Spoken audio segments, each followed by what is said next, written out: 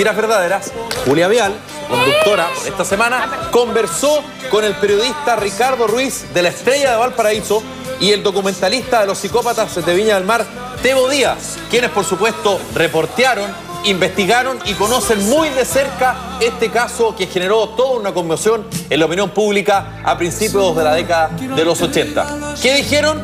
Aquí está. Ricardo, ¿cómo recuerdas aquella época?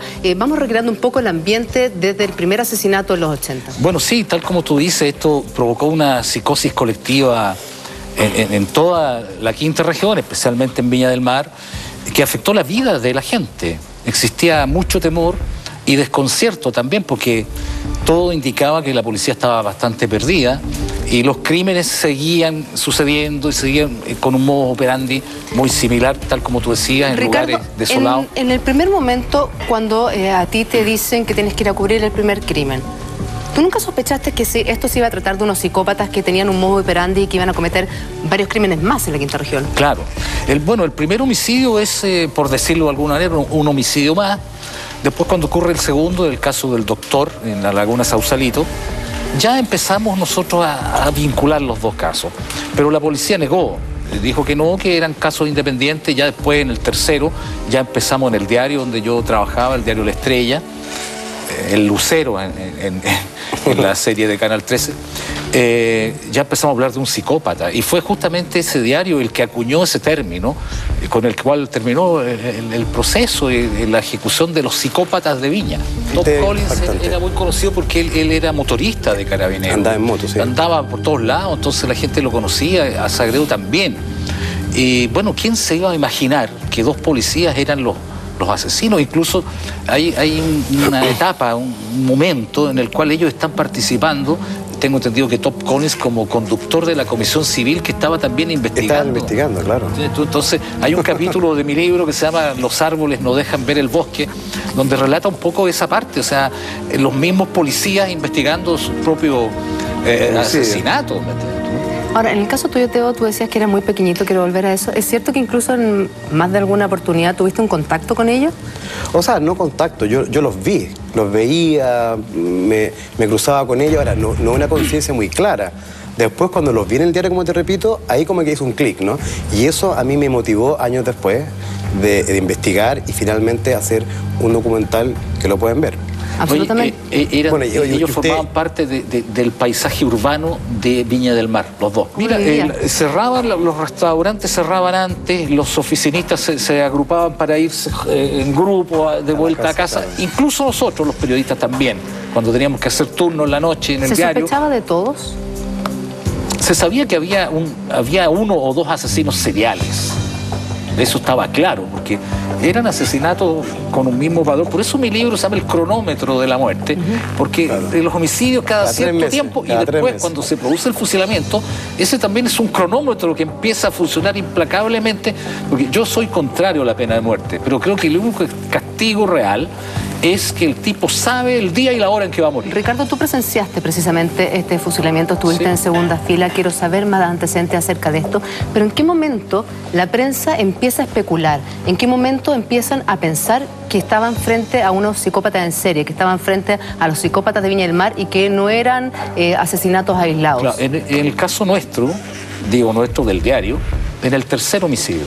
¿En los otros dos no supusiste nada? En el segundo ya hubo un planteamiento, una sospecha periodística. ¿Por qué? Es que eran casos súper... Porque era un modus operandi similar. Siempre atacaron parejas, salvo en 2 ocasiones, que mataron a 2 taxistas. Pero eso fue para hacerse de los autos. Exactamente. ¿Entiendes tú? Y violación y asesinato. Claro, mataban al hombre y después violaban a la mujer. Sí. Bueno, y también hubo los 2 casos que mataron a la mujer también. Claro. Sí, por el caso de la prostituta. Ricardo, yo te preguntaba, siempre quedaron cabos sueltos a partir de esta investigación que no se hizo de la manera más prolija, quedaron muchos detalles, muchas dudas, y en ese sentido también estaba planteada la duda de que existía, de alguna manera, que estos 2 carabineros se habían inculpado, habían hecho esta confesión para salvar a alguien con más poder. Mira, yo no creo eso. Yo tampoco. Y si así hubiera sido, ¿a cambio de qué? Lo que sí te puedo decir es que estoy convencido de que participaron. ¿Otras personas? Estoy hablando de los condenados. Ricardo. Que participaron Y jamás pensé que estaba viendo cómo fusilaban a inocentes. ¿Nunca tuviste la duda? Nunca. Eso no significa que descarte la participación de un tercero o un cuarto, tal vez como autor intelectual u otra situación de ese tipo. Pero no tengo ninguna duda de que ellos fueron autores de los crímenes. ¿En algún momento cuando los miraste cara a cara, cuando tuviste la oportunidad de entrevistarlo, les preguntaste qué los motivó? Solamente pude hablar con uno de ellos sobre los hechos mismos. Con Sagredo, el abogado puso como condición que no se hablara de los hechos, sino que de su vida en la cárcel, etc. Y Top Collins siempre negó. Siempre negó, claro. Y te voy a decir algo más. Yo cuando entrevisté a Sagredo, estaba su abogado al lado, un gendarme al lado. Cuando entrevisté a Top Collins, me dejaron solo con él en una oficina en la cárcel.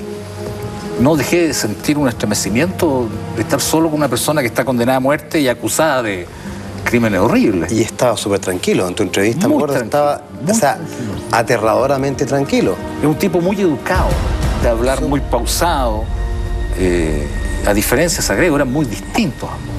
Teo, ¿tú crees en la existencia de terceros y por qué? Yo la verdad que sí creo.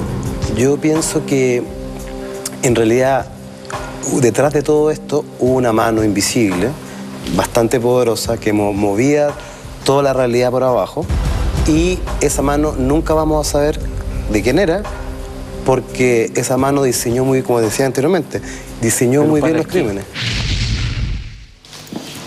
Bueno, ahí está, las declaraciones son súper interesantes porque dejan varios cabos sueltos respecto a la historia que se suponía era oficial. Es decir, que los responsables de estos crímenes eran los carabineros Carlos Alberto Top Collins y Jorge Sagredo Pizarro. Exacto. Pero en esta entrevista que tú le hiciste, Julia, a este documentalista y a este periodista, de alguna manera dejan algunos cabos sueltos. Ahora, para entender un poco el contexto, el periodista Ricardo Ruiz Lola, que veíamos ahí entrevistado, él fue el que cubrió todos los asesinatos, desde el primer asesinato hasta que toman presos estos dos carabineros, y estuvo en segunda fila en el fusilamiento de estos dos carabineros, que fue una de las experiencias más fuertes que le ha tocado vivir, y de alguna manera llevándolo a la serie de Canal 13, él vendría a ser el personaje de Mario Orton. Que es el periodista del Lucero. Claro, le pregunto al periodista Ricardo Ruiz Lola si se sentía un poco parecido, interpretado, y en algún momento como que dice, bueno, mis amigos me contaban que yo era más o menos así, que me parecía físicamente en aquella época. De alguna manera no le extrañaba que los guionistas de esta teleserie hubiesen leído su libro para basarse y para escribir esta historia. Claramente tiene una cantidad de detalles impresionante. Él tuvo la oportunidad de entrevistar a estos dos carabineros condenados antes de la pena de muerte y de verlos cara a cara. Y me decía, a mí, que yo los vi, los conocí, que estuve en el fusilamiento, que ha sido una de las experiencias más fuertes que me ha tocado vivir en la vida, porque más allá de que sean los criminales, los psicópatas más terribles, igual son dos seres humanos, y ver cómo le quitan la vida y ver la sangre, me decía, yo sentía el olor de la sangre que salía a sus cuerpos. ¡Ay, qué horrible eso! Es una experiencia que lo ha marcado muchísimo, pero a él no le cabe duda de que estos dos carabineros efectivamente eran los culpables, eran los psicópatas de Viña. Y no solo eso, sino que actuaban solos. Es que hay el punto, siempre hay un mito, siempre hay una teoría de que había más gente. Los autores materiales sí eran, según él, ¿no es absolutamente, verdad? Pero que no hay habían duda. Eventualmente otras personas. Claro, si es que esto estaba manipulado de alguna manera, si era un desvío de atención social, si es que habían otras personas que fueron protegidas durante el caso, la investigación, todo eso obviamente, digamos, queda ahí nebuloso todavía. Queda nebuloso precisamente porque la investigación no se hizo de manera prolija. Sí. No todo se respondió finalmente. ¿Qué les parece a ellos que se esté haciendo esta serie, esta teleserie?